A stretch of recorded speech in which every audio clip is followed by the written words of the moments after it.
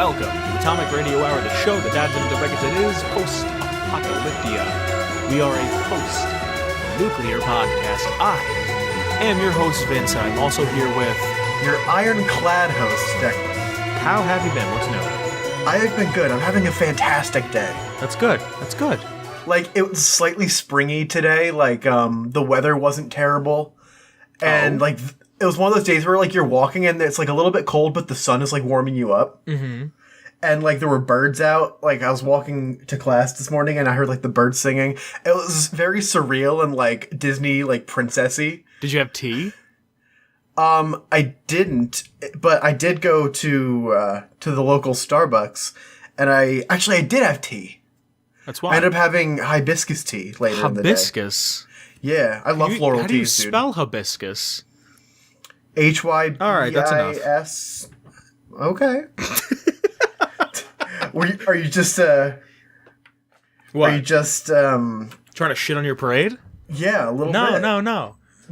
I didn't really think you were going to try to spell hibiscus. I don't know how to spell hibiscus, but, like, I know that it's a flower and that there's an H and a Y and then it goes into oblivion. Yeah. Yeah, basically. How's your day going? Works. You know. It's cold. I took a nap when I didn't want to. Oh, is it still cold back at home? Fuck yeah, dude. I mean, it's better than it was. Yeah. But it's not negative ass cheeks. When did ass cheeks become a bad thing? I don't think ass cheeks are a bad thing. No, like, if you're like, man, today was just fucking cheeks. Like, that's a bad thing. See, I would say booty cheeks. Yeah, but, like, if you were like, man, I just got some cheeks, like, that's a good thing. But, like, man, today was cheeks. Like, fucking language is phenomenal. Language is phenomenal. I think it's so interesting. You want to get into this lore? Yes, please. All right, hold on.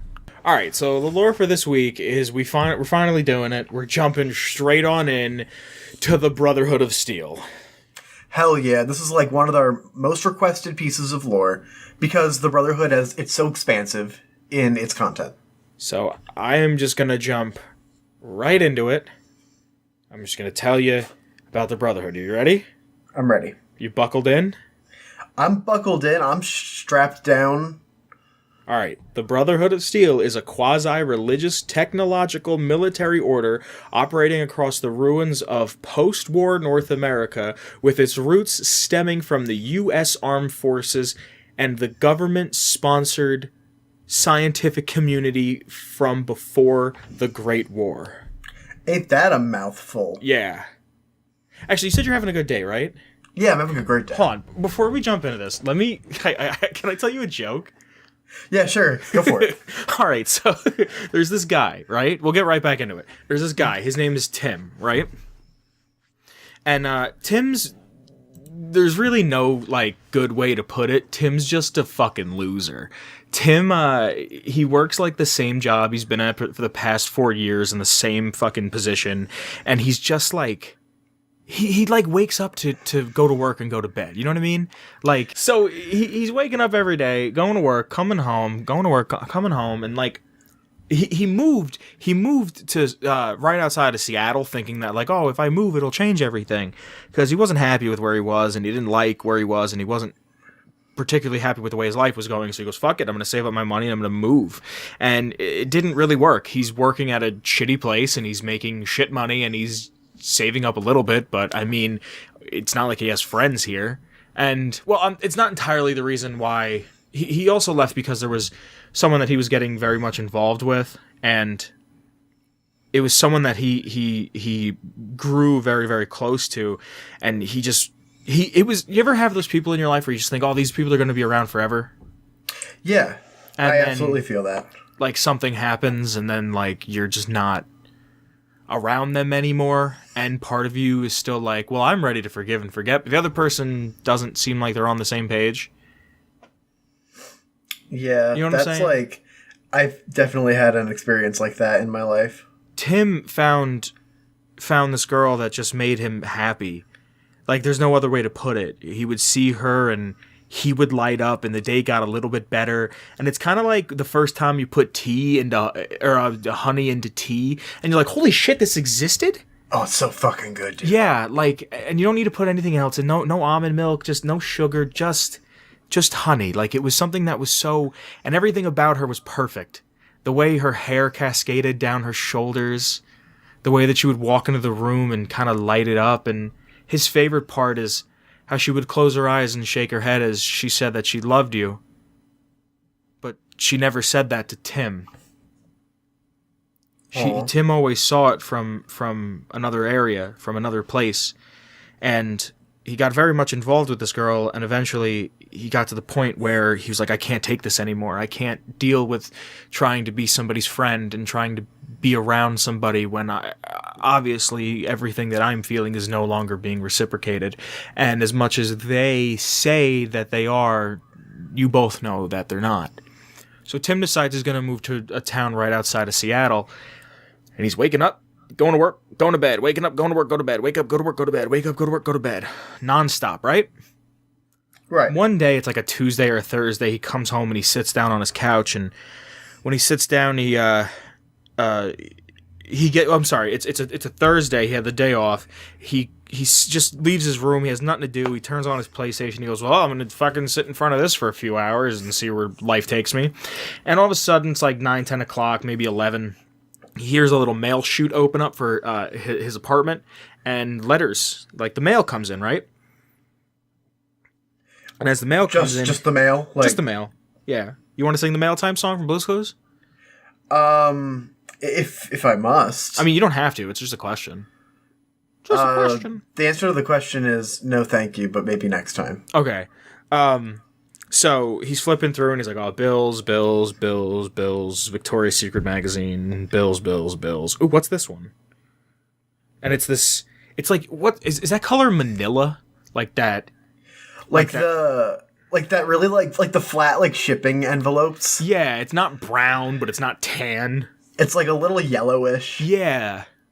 Yeah. It's like very classy. Like, I've got business that needs to be sent in not a regular envelope.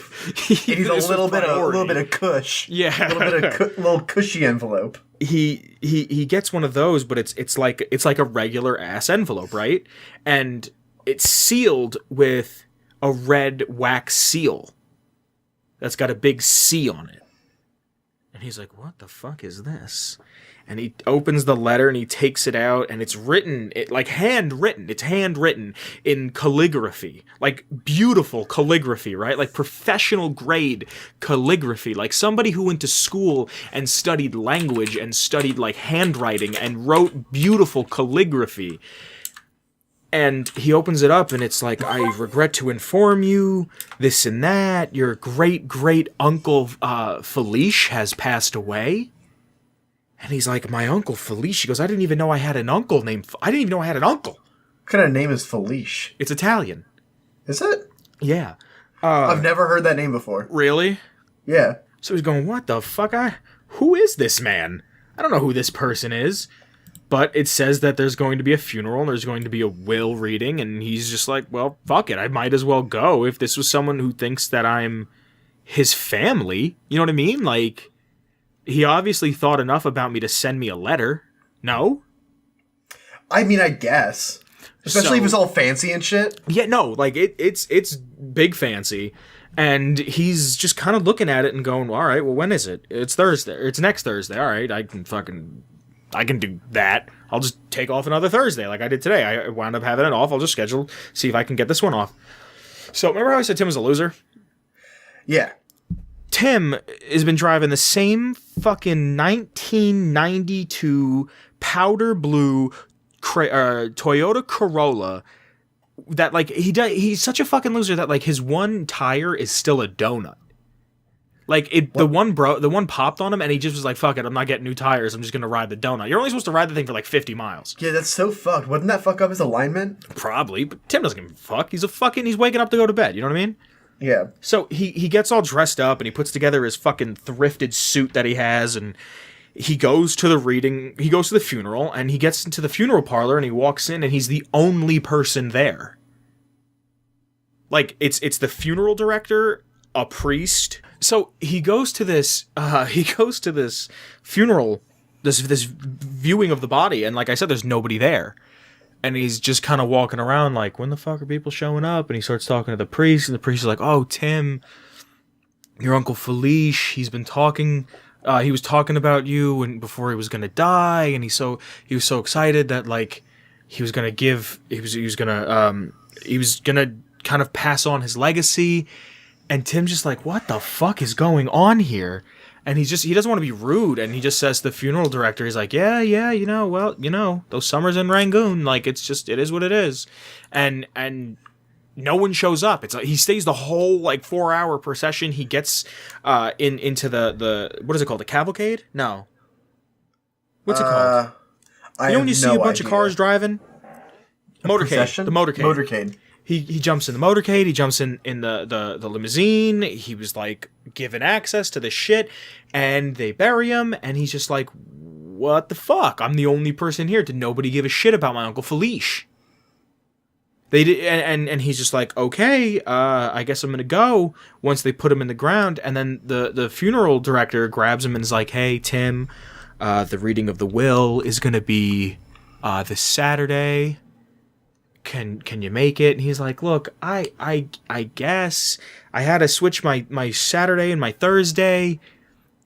How is it, like, I don't want to be a dick, but is it super important? He's like, I think it would be. Your Uncle Felice talked an awful lot about you before he passed away. And he's like, fucking all right. Fine, I'll switch my days around. And he goes to work at this shitty place, and the manager, who's like fucking 3 years younger than him and like is always throwing that at him, is like, he's like, look, dude, my Uncle Felice died. I need someone to cover my Saturday. And he's like, well, I thought that was gonna be the last time you were switching days. And he's like, look, dude, don't put this on me. He sounds like such a dick. He's like, don't put this on me, dude. My uncle's dead. He wants me to fucking go to the thing. Like, don't make me the asshole. You know what I mean? So he knows that the guy's going to give it to him, and he winds up giving it to him. The whole thing is he's got to put up a whole fucking fight about it. And Saturday eventually rolls around, and he goes to the reading of the will, and he gets there, and again, nobody's there. And he's like, what the fuck? Did this guy not have kids? Like, did he not have, like, where is anybody? He goes, I don't even know if this is my mom's brother or my dad's brother, but it's my uncle. You know what I mean? It's like one of those, like, you don't know who they belong to. You ever go to, like, a family function? You're like, who the fuck does this guy belong to? Yeah. You know what I mean? Yeah. Like, and he puts on the video and he hit click, and like, Tim's a white dude, if you can't tell by his name. Oh, he sounds very white. And his Uncle Felice comes on the TV screen, and it's like a video will. And Felice is like a very overweight Asian man. And he's like, oh, Tim, I'm so happy I could pass on my legacy to you. And he's sitting there going like, this guy, I think he has the wrong Tim. And then he says like Tim's full name and his birth date. And he's like, what the fuck? Holy shit. He really has me. Like, this, he really thinks I'm the guy. He's like, whatever, fuck it, I'm gonna go with it. And the video ends, and the skinny of it is, by the time the video's over, his Uncle Felice tells him that he's passing down to him a zoo. A zoo. A zoo. An animal penitentiary. Like a zoo-ass zoo. So he's like, oh, I get a zoo? Cool, I guess. And he's also going to be given $1 million.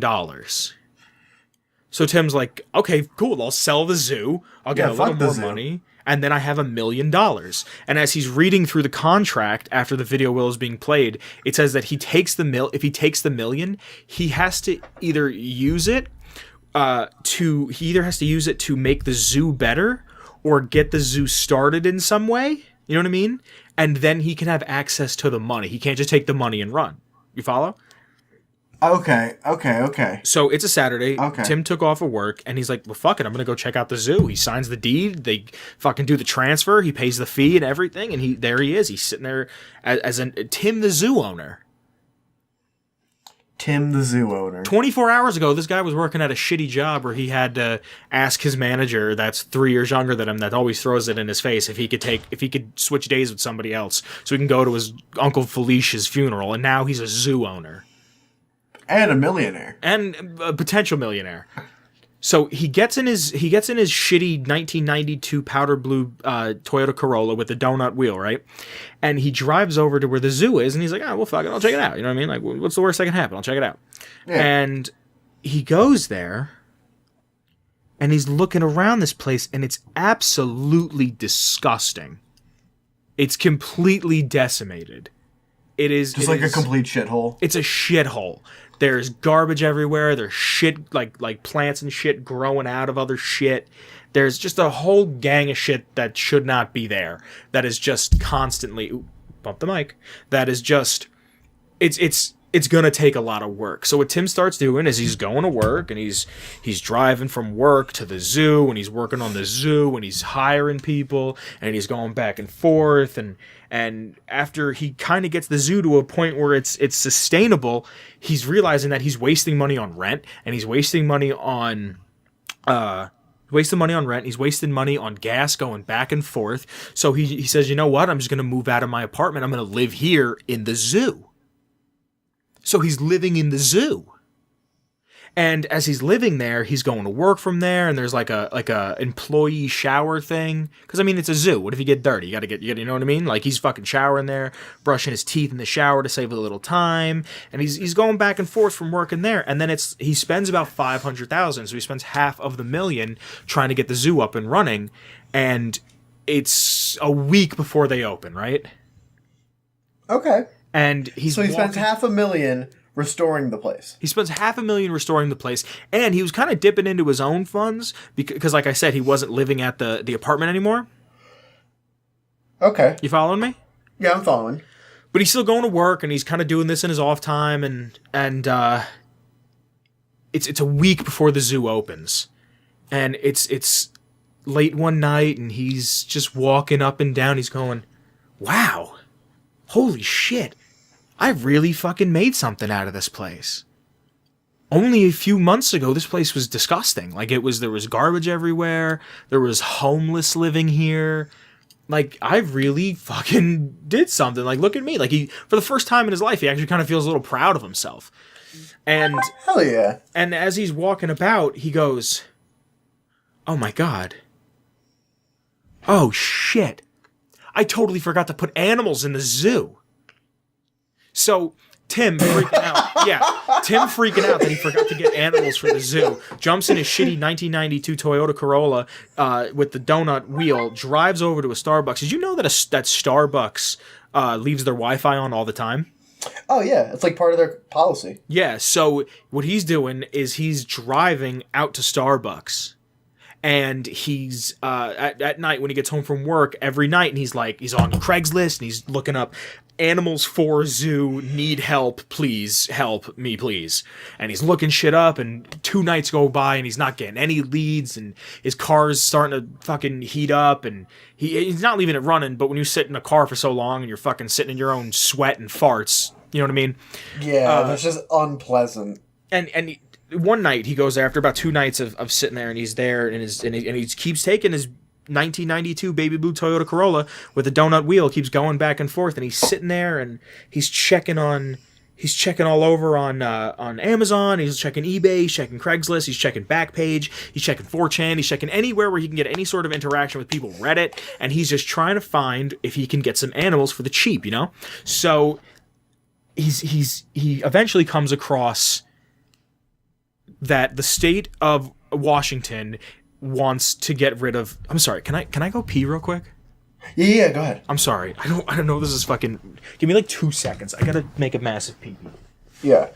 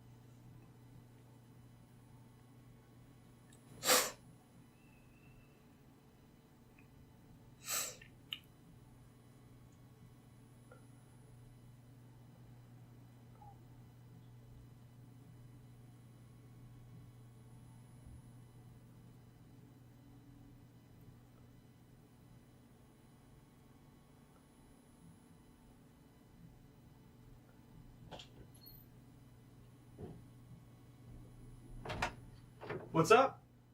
No. I had to pee real quick.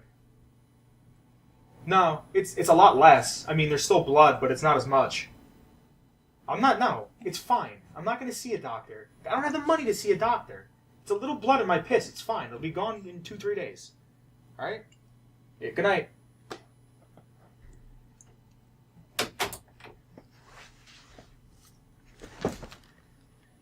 Hello?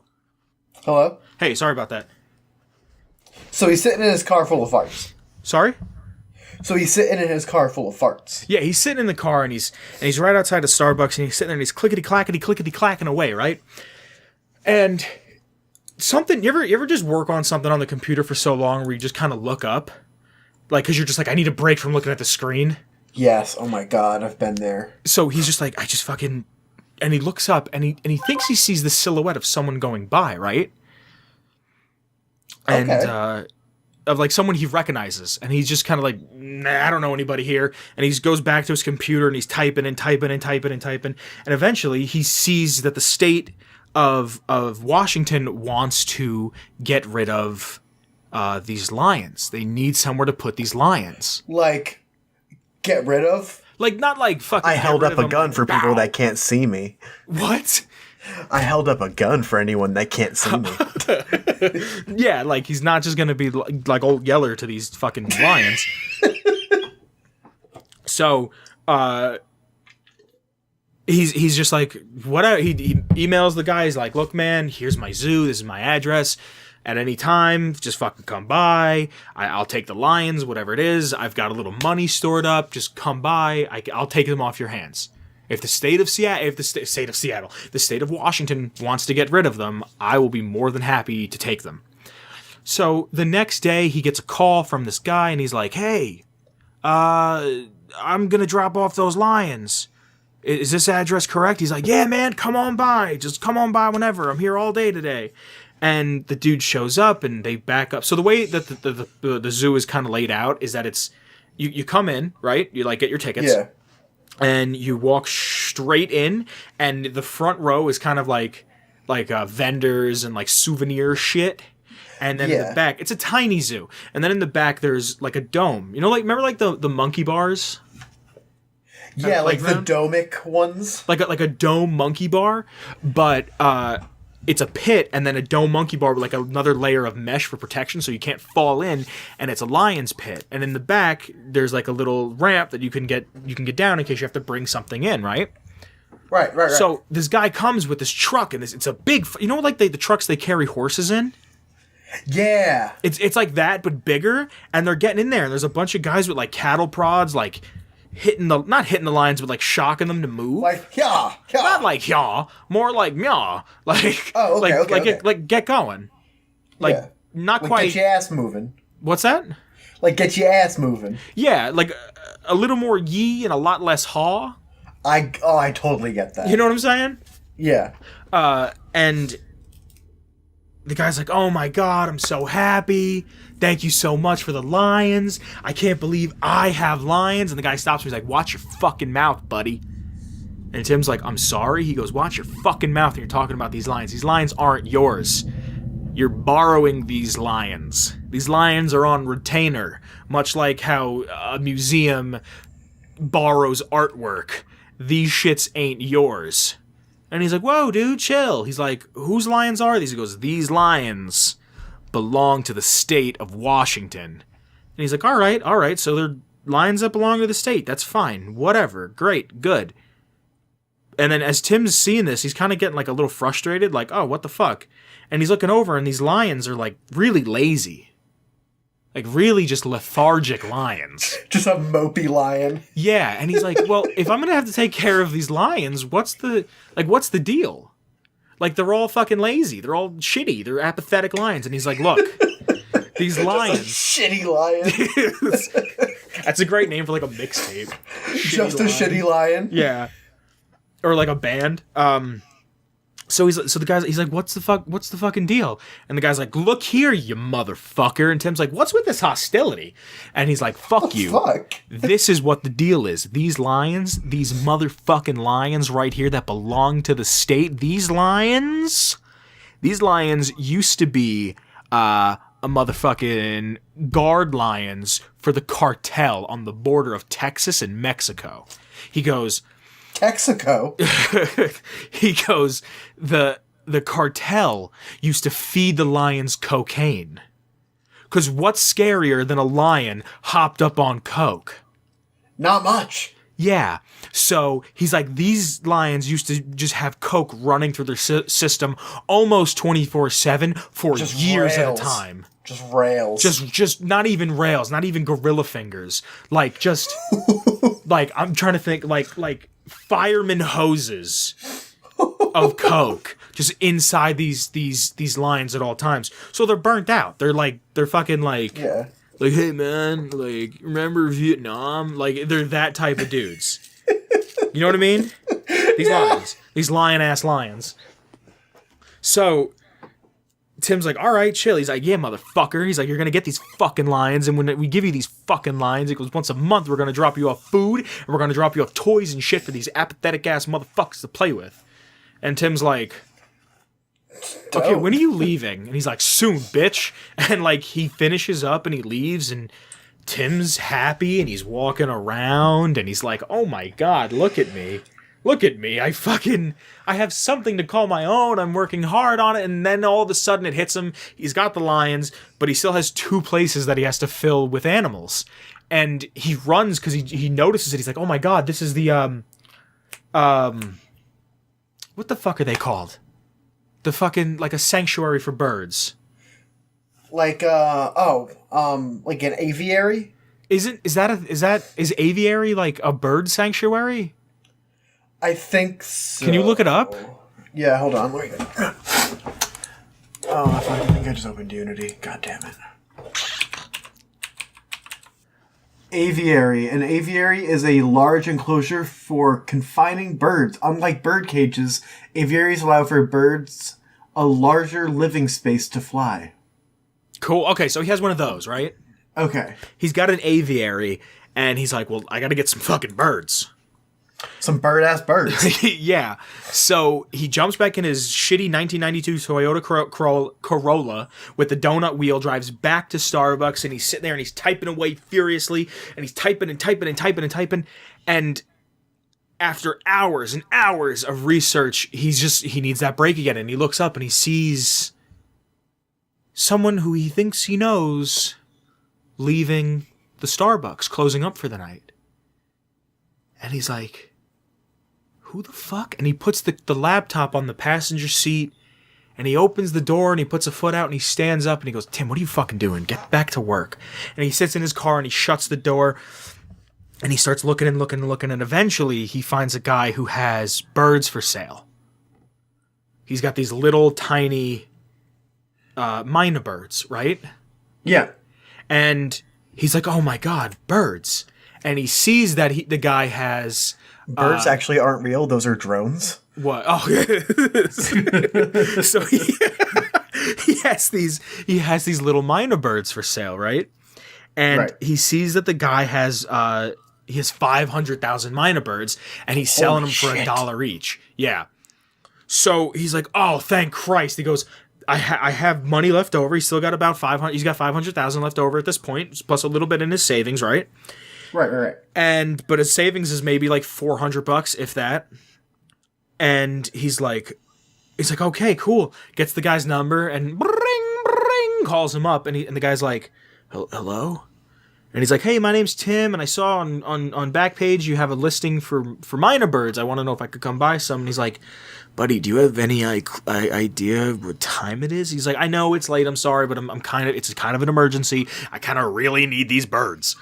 And he's like, all right, I live at Peachtree and Applesmith Road, corner junction of 3rd and 5th, right?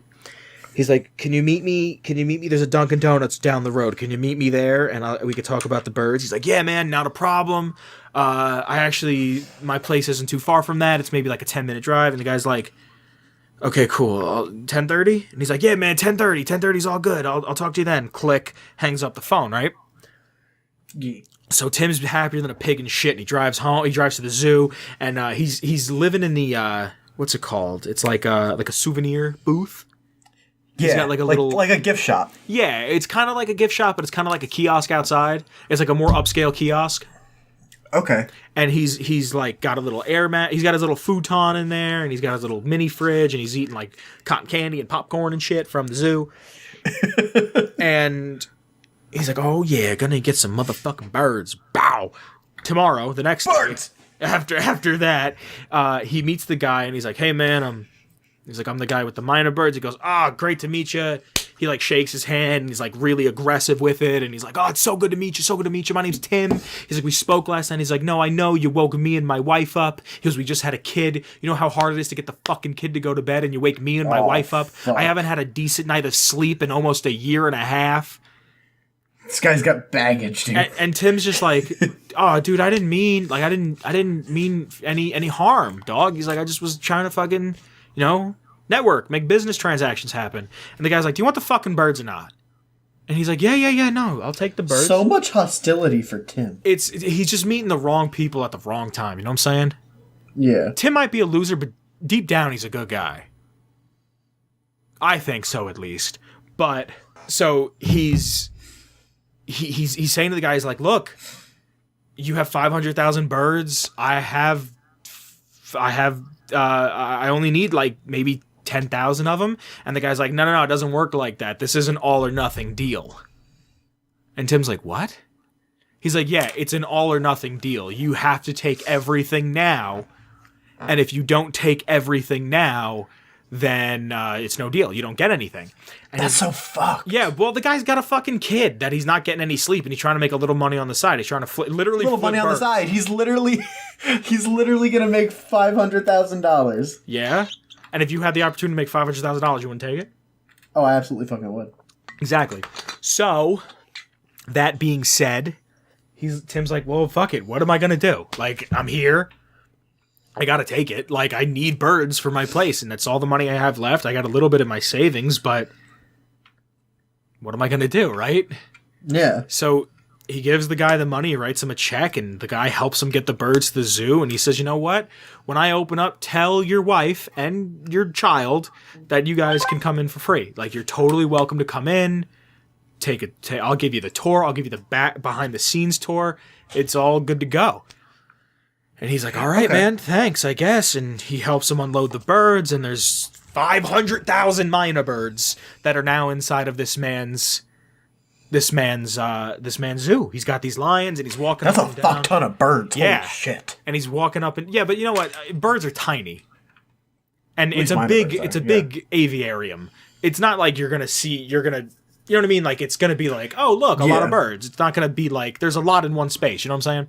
Right. So he's walking up and he's like, wow, we're gonna open and we're gonna open this Saturday, and it's like a Tuesday, right? Okay. And he's like, oh my god, no, it's a Wednesday. That's right, it's a Wednesday. I apologize, it's a Wednesday. And he's walking up and down. He's so proud, and he's naming some of the birds. Not that he's gonna be able to fucking tell. He just is like, oh, that's Carlos, and that's Francois. Shakira. There's Alicia Keys over there. Like, he's just Kanye's right there. Who? Kanye's right there. Yeah. He's going just all over. He's naming these birds.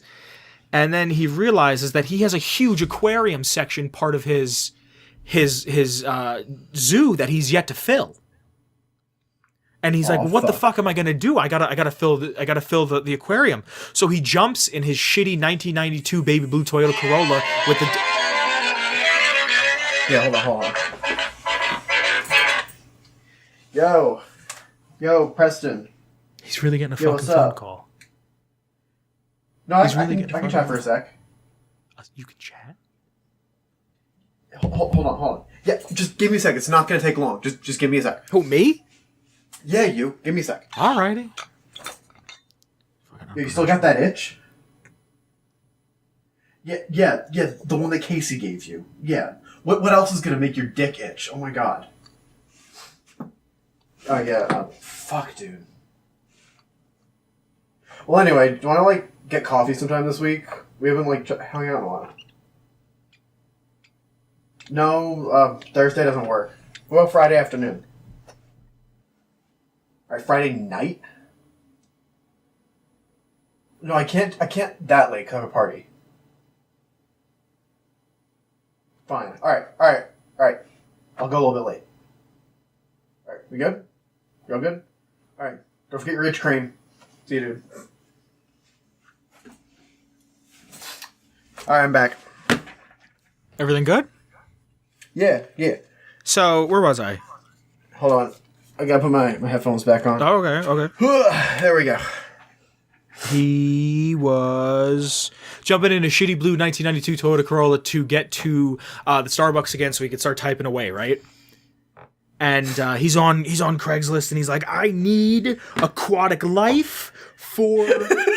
I need aquatic life! I need aquatic life for my motherfucking zoo. And he's sitting there and he's typing away and he's like, again, like I said, he even went on MySpace. He's on Craigslist, Backpage, Facebook Marketplace, Let Go, Offer Up. Let Go. 4chan, Reddit. He's really needs this aquatic life. He's like, help me, please. And after just pouring energy and time into the computer, he's like, I fucking need a break. I need to stand up. So he takes the computer and he sets it down and he gets out of his car and he takes a stretch and he lights a cigarette and he sees somebody who he thinks he knows locking the door for Starbucks. And this is the third time this has happened.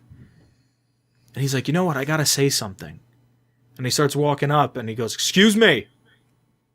And the girl who's locking the door kind of jumps a little bit. And she drops her keys and he's like, oh, hold on, stop. He goes, I thought you might have been someone I know. And she looks up at him in the same way that he had seen her look up at other people in his life. And it's the same girl that more or less he was trying to run away from. And this is the first time he's seeing her in a very long time. And he looks at her. Dude. And he's like, hey, how have you been? She's like, I'm good. What's new? Well, I moved here a few years back and trying to, work and buy a home. And I got a zoo. I got a zoo. I'm good, John. I'm good. He's like, I own a zoo now. What's new with you? And she's like, oh, me and my boyfriend, we moved here about 6 months ago. And he goes, oh, it's good to hear. She goes, yeah, but I guess the move was a lot on him and we split recently. And he's like, oh, God, I'm so sorry. She's like, yeah, it happens. Sure he is. And he's just like, well, something in the back of his head said, it's either now or never. You ever get that feeling? Like, it's like, I gotta shoot. Yes. And he's just like, you know what? I don't know anybody here. And from the sounds of it, the only person you know just left you. Why don't we meet up sometime? Is this where you're working? She's like, yeah. It's not as glamorous. Sliding into Starbucks DMs. Well, I mean, it's now or never. And she's just like... Wait, can you ask me a question? Yeah, sure. She a thought? Does she breathe? I don't know. You're the one telling the joke here. Is she not conversing in a manner? Yeah, that would imply breathing. Okay. So that doesn't answer my question. You know the answer. If she breathes, you know what the answer is. Oh fuck, you're right. So dirty. So she's like, you know what, Tim, I'd really, really enjoy that. And he's like, well, you know what? Why don't you meet me at the zoo tomorrow? He goes, meet me there at 6 in the evening. I'll take you through. And Tim, all elated, kind of like this weird happy smile on his face and this fire inside of him, I guess is the best way. Like kind of not in your stomach, but not in your chest. It definitely wasn't heartburn. He gets back in his car and he just kind of closes the laptop and goes home and goes to bed. And he wakes up and goes to work, gets out at 4:30, comes home, showers, and kind of does this whole... He's been fucking with the lighting of the place. And he has this uniform that he was going to wear that's like an old-timey circus type of getup for when the zoo opens. That's kind of cool. And he messed with the lighting so it doesn't say Tim Zoo. It's a big LED board. It says her name on it. Aw. And she pulls That's up. gay. And she... What? So that's fucking gay. So she pulls up and the light turns on and it says her name with like hearts next to it, and he kind of like Willy Wonka walks out and takes his hat off and he's like, "Madam." And she's like, "Oh, I'm looking for Tim." And she's like, "I think we might be able to find him." And they kind of just have this nice like leisurely walk through the zoo, and he's showing off the minor birds and he's showing off the lions, and they get to the aquarium and he's like, "Don't worry, I'm working on this. This is we're going to be opening soon." Remember, this is Thursday at this point, right? And he opens on Saturday or Sunday? He opens on Saturday. And okay. And she's just like, "Well, I can't wait to see it." And he's like, "I can't wait to see it either." And they're just going through, and next thing Tim knows, it's 4 a.m. and he's sitting in his little like room shack thing with her, and they're talking and they're laughing, and it's like nothing has ever changed. And Tim just kind of looks at her and he's like, "I've needed this." And she's like, "I bet you have." And he didn't want to say it, and everything inside of him was saying not to say it, but he looked her right in the eyes and just said, "I've missed you." And she goes, "You know, Tim, I've missed you a little bit too." So the night wraps up.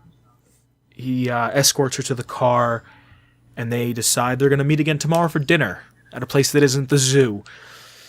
And Tim doesn't look into getting anything for the aquarium, and Friday night rolls around, and he gets swept up into this emotional minefield of just what's going to happen next, and just he feels like he's a kid again.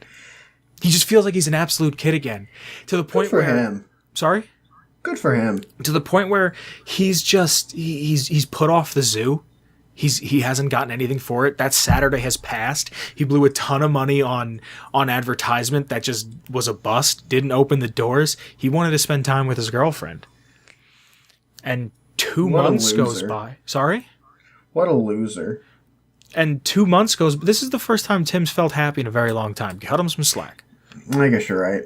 So 2 months goes by and they're at a party. And, I'm sorry, not 2 months, 3 months, 3 weeks goes by, and she sits down with him at the zoo. She's like, "When are you going to open this place?" And he goes, "Soon enough, kid, don't worry." And she's like, and then like, because she just doesn't know how to flow a conversation, she looks at him and goes, "Tim, what are we?" And Tim goes, "Oh, you know I don't want to have this conversation right now." And she goes, "No, I know, but we need to have it." And he's like, "You know I don't like putting labels on things, because once you put labels on things, they become real, and when things become real, that they fade away, they break, they die. If something's not real, it can't die." And he's like, and she's like, "I know, but Tim, I need to know if we're together or not." And he goes, "We are together. Why does it need to have a label? Why does it have to be a thing? We're always together. You know more about me than anybody else. Why do we need to have a thing? You're obviously my companion in some sort." And he starts getting a little defensive, and the conversation keeps progressing and progressing and progressing to the point where she starts crying and they leave. They make up a few days later, but about 2 months later, the two of them are at a party, right? And Jesus. This is 5 months removed from the planned opening. No. It's only about 3 months. It was about 3 weeks after. Oh, and then this is 2 months. And they're at a party, and all of a sudden, she kind of turns to him and she's like, "Hey, Tim, can I talk to you?" And he's like, "Yeah, no problem. What's up?" She goes, "Come over here." And she's like, "Look, this isn't going to be easy for me, so I'm just going to come out and say it." And he's like, "What's going on? What happened?" She's like, "Look, my ex-boyfriend and I have been talking." And he's like, "Oh?" And she's like, "Just calm down. We've been talking, and we want to try to work it out." And Tim's like, "What do you mean? We've been together for 3 months now." She goes, "I don't know, Tim, have we? Have we really been together?" He's like, "The fuck do you mean, have we been together?" She's like, I don't know, Tim. I think this feels like what's right for me right now. Don't get me wrong, I care for you a lot, and I love you as much as I can, but there's still a lot of I need a lot of closure from my other relationship. I mean, we were engaged. You were engaged?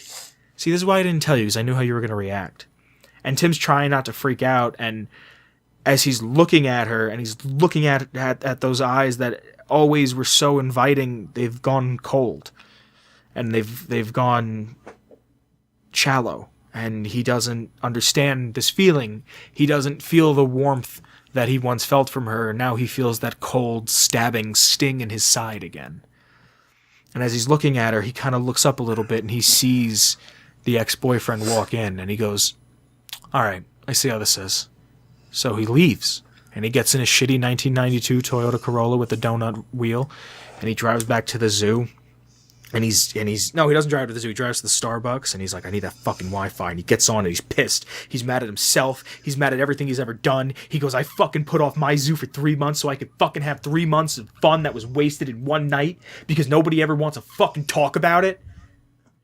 And he's sitting there, and he goes on Craigslist, and he goes on Facebook, and he Marketplace, and he goes on Backpage, and he's on 4chan, he's on Reddit, he's on Twitter, he's on Instagram, and he's trying to find aquatic life. And he brings up that page again, and he's like, I need aquatic life, please. And eventually, he finds a listing from a man named Prickly Pete. It's XX, lowercase x, capital X, lowercase x, 69, Prickly Pete, lowercase x, capital X, lowercase x. And and it's typed out. So obviously this person is 12. You would think so. Either that or is a very old account. And the message is typed out as, Yar. I need be getting rid of some aquatic life. And he's like, why the fuck would you type like that? He typed in pirate Yeah, he typed in pirate. He's definitely 12. He's definitely 12. So he's like, look, I need to... He sees that there's a number there, and he calls up, and you hear, hello, this is the office of Prickly Pete. And he's like, yeah. And Tim's like, I'm sorry. He goes, this is the office of Prickly Pete. How may I help you? And it's a woman, and he's like, oh, I just need to speak with Pete. I see that he has some aquatic life on his on his back page MySpace, John. And she's like, let me see if I can patch you through. One moment, please. And then like click. Click. Yar. Sorry, Prickly Pete. Yar, this be me. All right, Pete. I see you have some aquatic life on your listing. Yar. I would like it. Yar.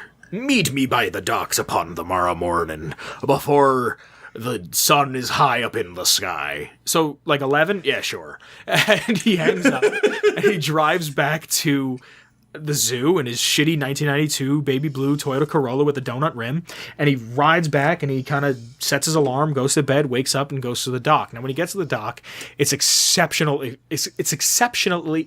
foggy, and he's just kind of walking, and Prickly Pete on the phone said, like, meet me at dock 14, right? So he gets to dock 14, and like the fog is getting thicker and thicker, and he's just shouting, and he's like, hello? Hello, Prickly Pete?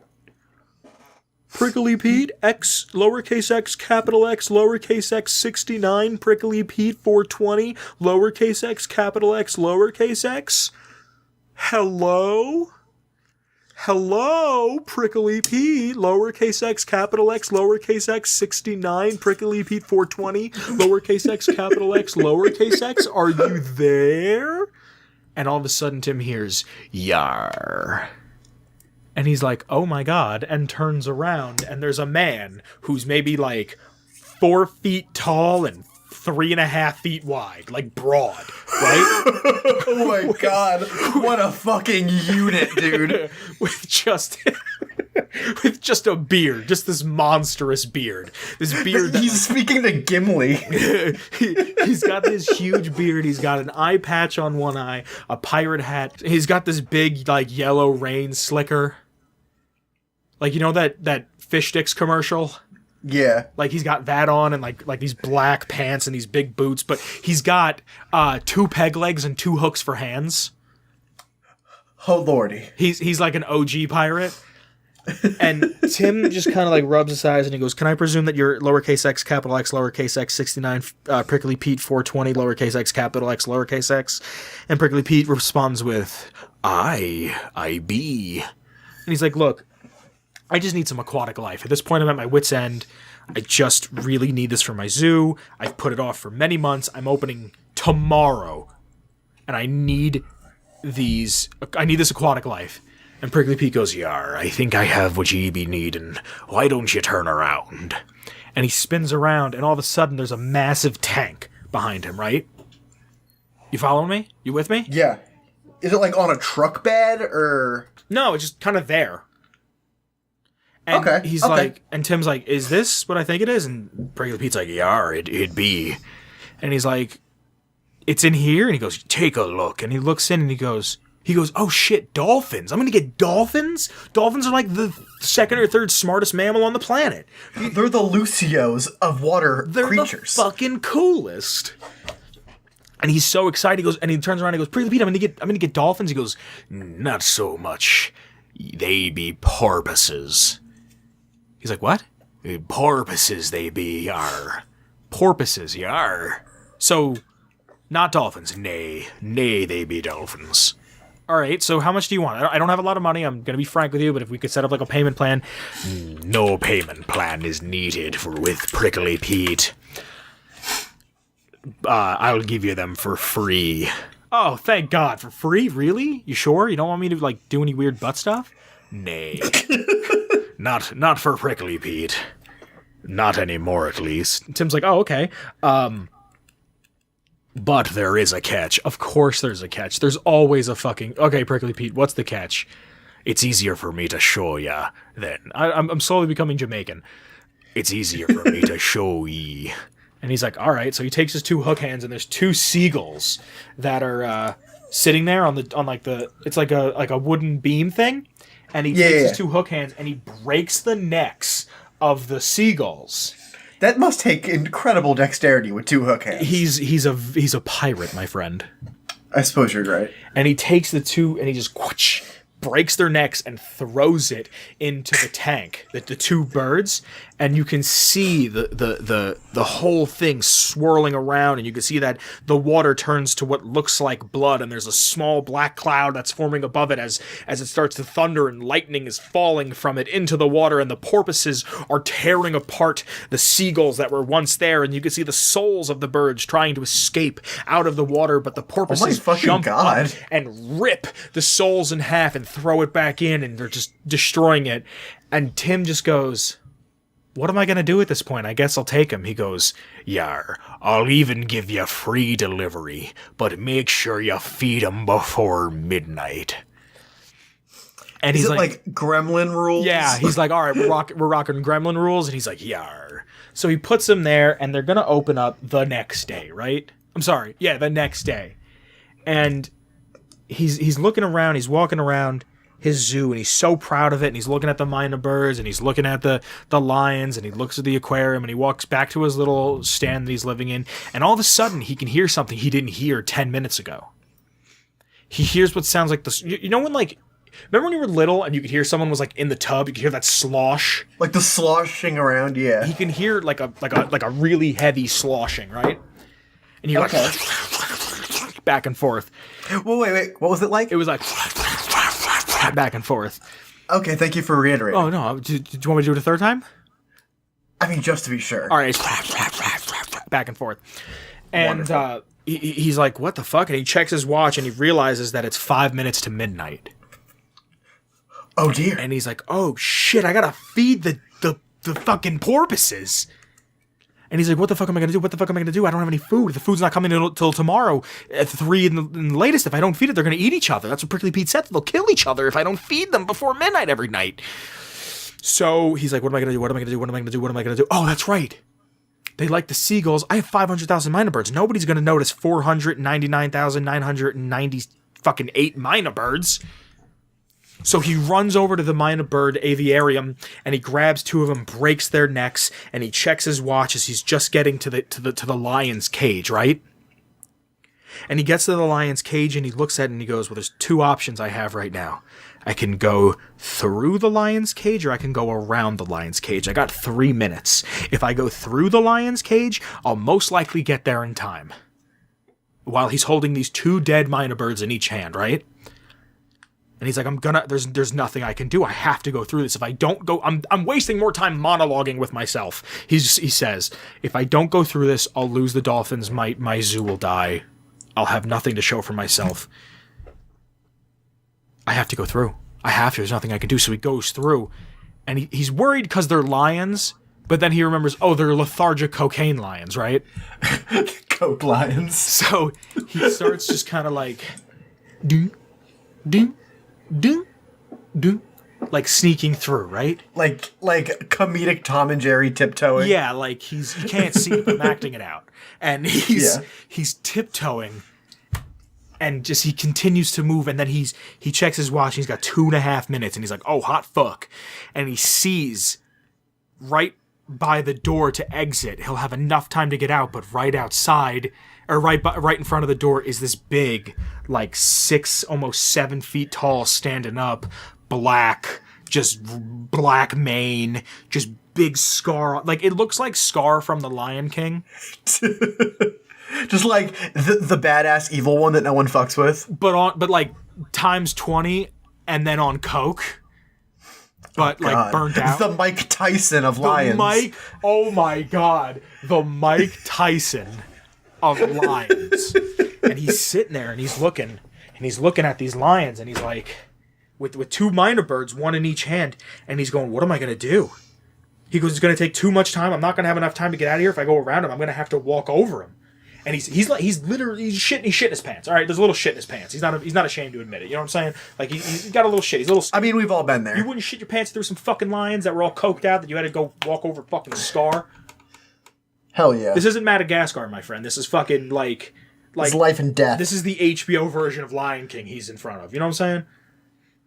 So he's like, well, fuck it, I'm gonna have to do it. And he picks up his one leg, and he extends his leg over the lion, and he's kind of shaking and shivering, and there's shit in his pants, and he goes and he puts the other foot closer and closer to the ground, and eventually he touches the ground, and as soon as his foot touches the ground and he's almost straddling the line, you hear and cop cars just start swarming in. They're flying in. There's cop cars, there's SWAT cars, there's FBI, FIB, LMNOP, CSI Miami, Law and Order SVU. Everybody's there, right?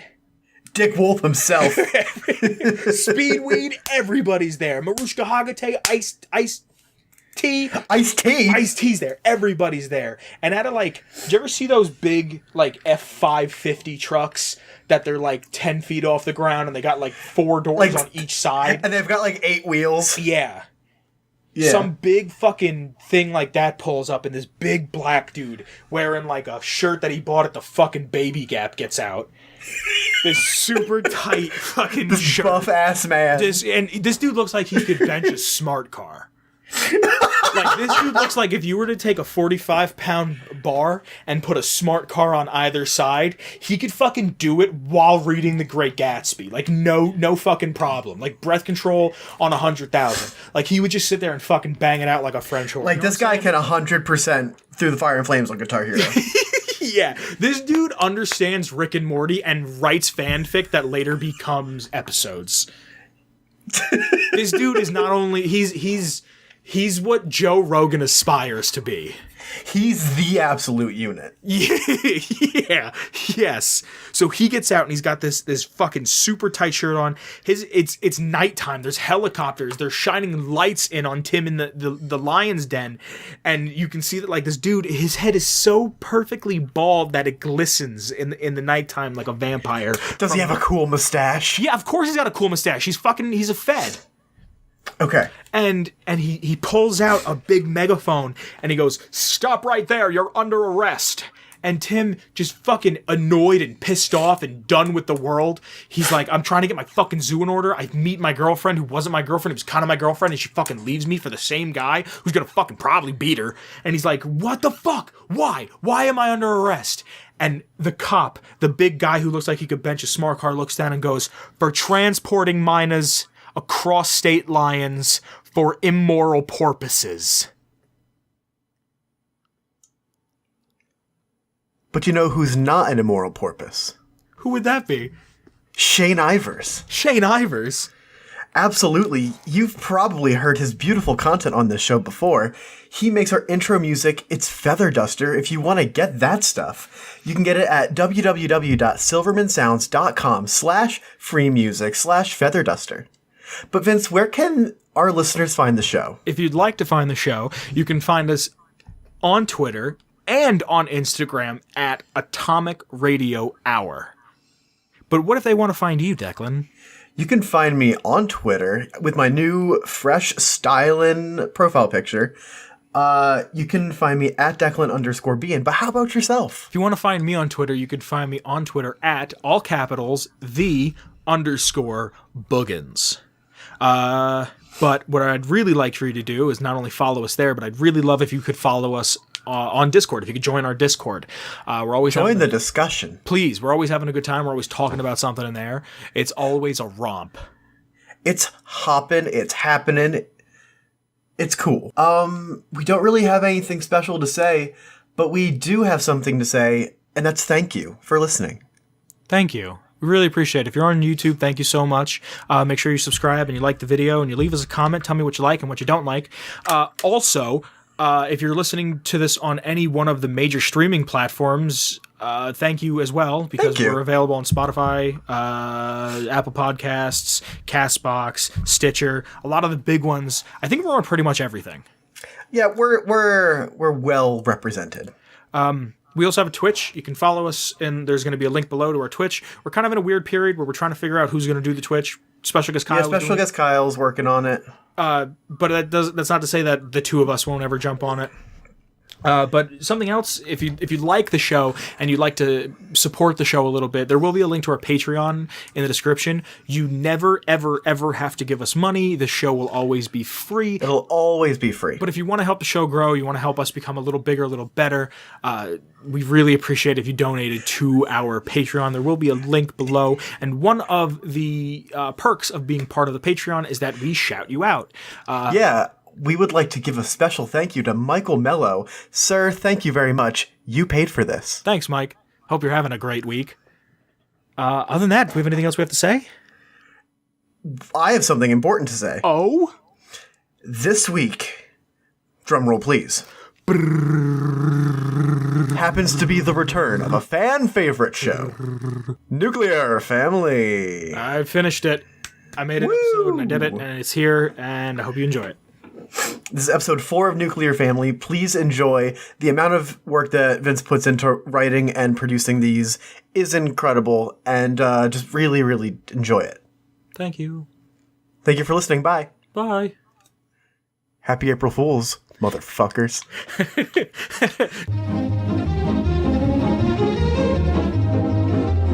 On today's very special episode of Nuclear Family, Jimmy is at the park with the fellas looking for something to do.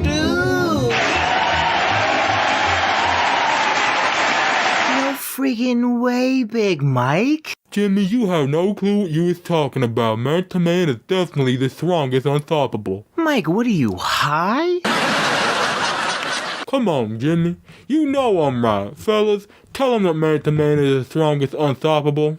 I don't think you're anywhere close to being right, Big Mike. Yeah, I think the Mistress is the best of all the Unstoppables. Yeah, she's really cool. Petey, Simon, you gotta be kidding me. Oh, King of the Fish. That's real cool. Yeah, Abby's right. What is he gonna do? Wait until low tide to attack? Well, fuck all of you. I'm so tired you guys always shitting on me. Man to Man is the best unstoppable. Mike, you're wrong.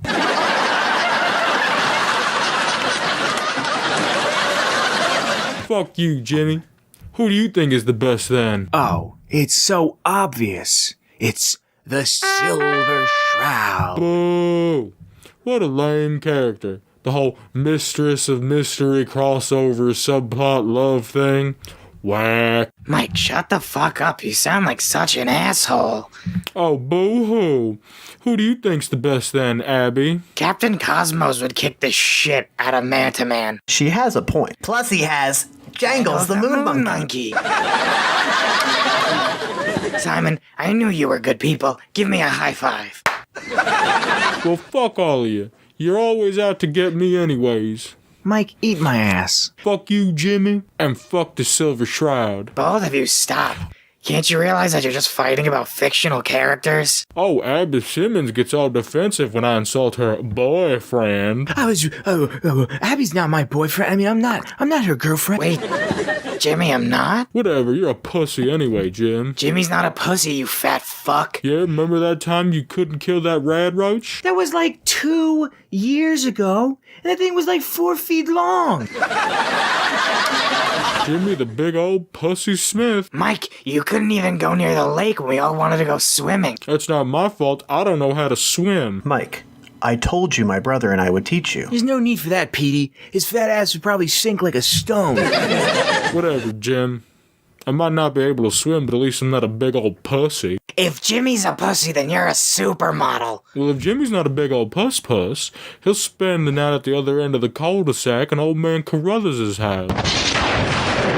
Gasp. What's so bad about old man Carruthers' house? Abby, I heard that old man Carruthers' house is where super mutants come from. I heard that old man Carruthers' house is where the children of Adam were founded, and that if you just so much as look at the house for too long, you'll develop radiation sickness. Well, I heard that's where the Boogans lives. Oh, jeez, it sounds like a bunch of old wives' tales. Oh no, Abby, it's the real deal. You can ask anybody. Petey's older brother told us a story that he heard from his friend George's cousins twice removed 3 times on his uncle's side's grandmother's sister.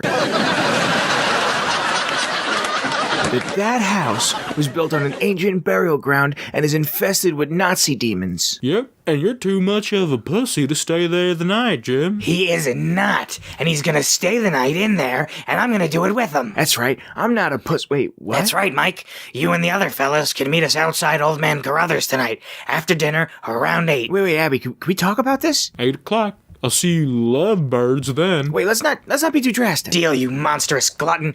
Shake my hand so I know you won't back at us. Can we please just talk this out?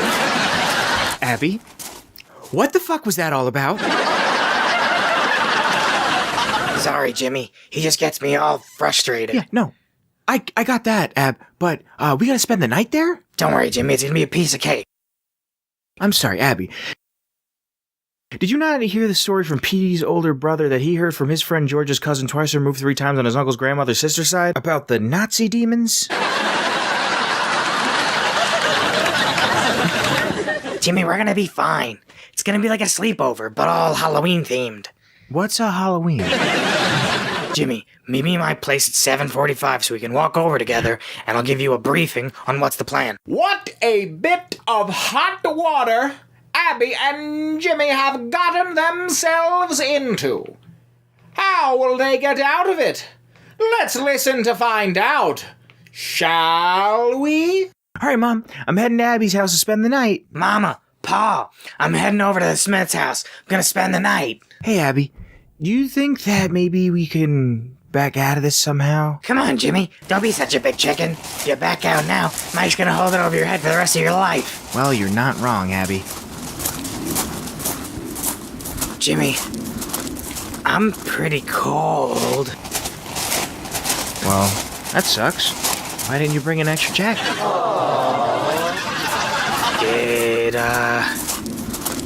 Did your dad come back from that big trip up north? No, not yet.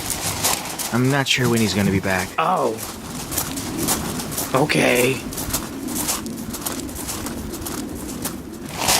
Are you all caught up on Grognak? I'm on issue 166 where Grognak eats King Pigulus and his tribe for disrespecting his boots. Oh, that's a really good one.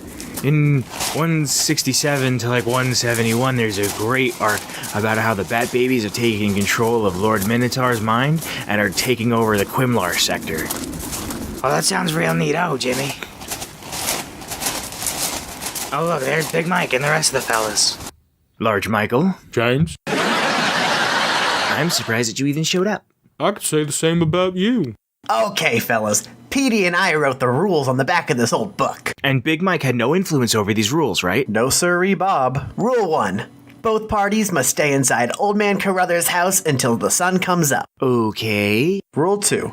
Both parties must stay together at all times for each other's safety. Rule 3, my favorite rule. Whichever party wins, the losing party has to be the winner's slaves for the week.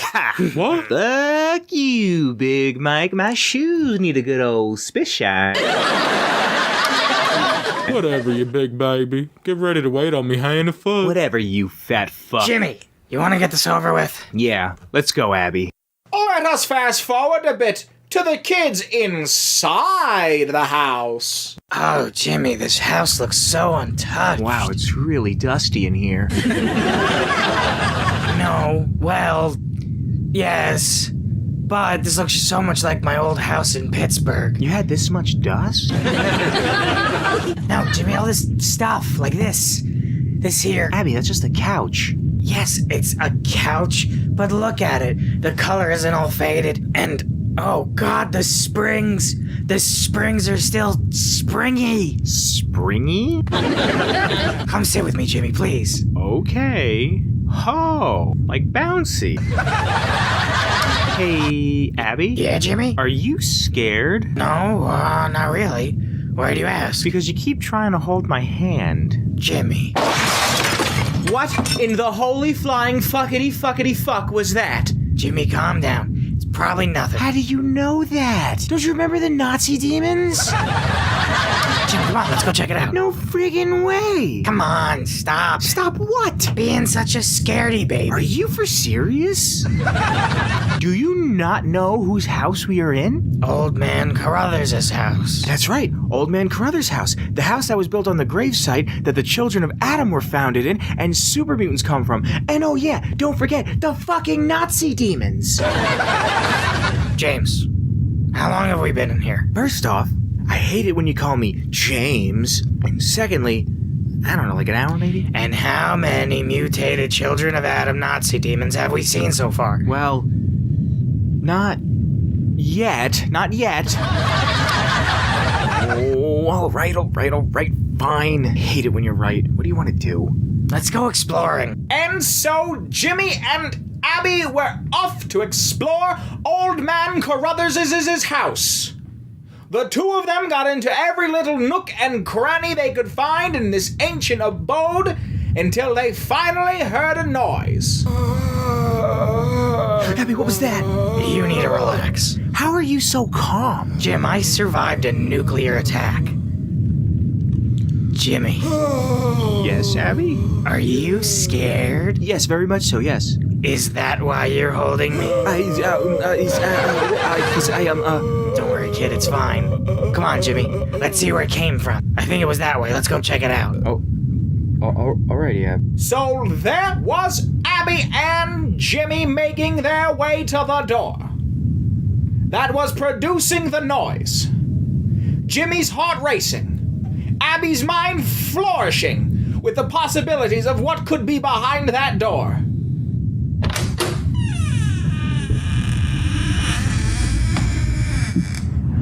As they opened the door, the two of them saw what appeared to be an old man, not quite laying down and not quite suspended in there, but was at a 45-degree angle, covered with a mixture that appeared to be black mold and flesh that had kept him there for an indeterminate amount of time. Holy fuck, it's a mutant child of Adam Nazi demon. Jimmy, where are your manners? Hello, sir. What the hell are you? The fuck did I just say? Oh, sorry, Abs, you're right. Who the hell are you? I am Alan Carruthers. Are you the help? No, we aren't. May I ask a question of you? No, you cannot eat us. Jimmy, let me talk. You're making an ass out of yourself. Sorry. You take the reins, kid. What would you like to know, Mr. Carruthers? What is the date? You see, my television set went out some time ago. Well, what do you think today's date is? Most likely late October, early November. 2077, in the year of our Lord. Hey. Sir, it's well over 200 years later. The world as we knew it were attacked by nuclear weapons. I see. Did we win? The war, that is. Does anybody really win after war? So do you have any snacks? God damn it, Jimmy. I'm hungry. Can I ask you something else? Sure. My family. Did they make it out? Are they all right? You don't recognize me, Dad? Oh, baby, Samantha. Is that really you? It's been such a time since I've heard your sweet, sweet voice. Abby, what the hell are you doing? Follow my lead. I must apologize, my dearest Samantha. You know my eyes aren't what they once were. Where have you been all this time? Well, I went up north for some time to volunteer to see if anybody needed help after the attack. Bully for you, my sweet peach. Just like you always taught me, Pops. If I'm in good health, I might as well share it. Come sit down with Papa once more. Actually, I think I'm gonna go to bed now, Dad. I've been traveling for such a long time. I just want to sleep in my own bed.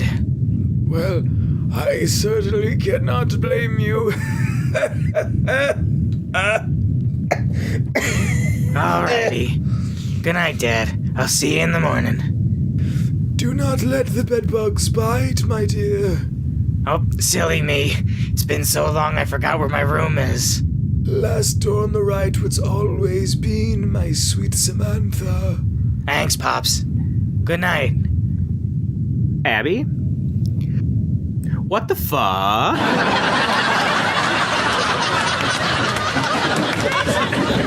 Listen, it's so hard for me to find people that are pre-war. People that might have shared similar experiences that I've had. And you've heard him. He's probably blind.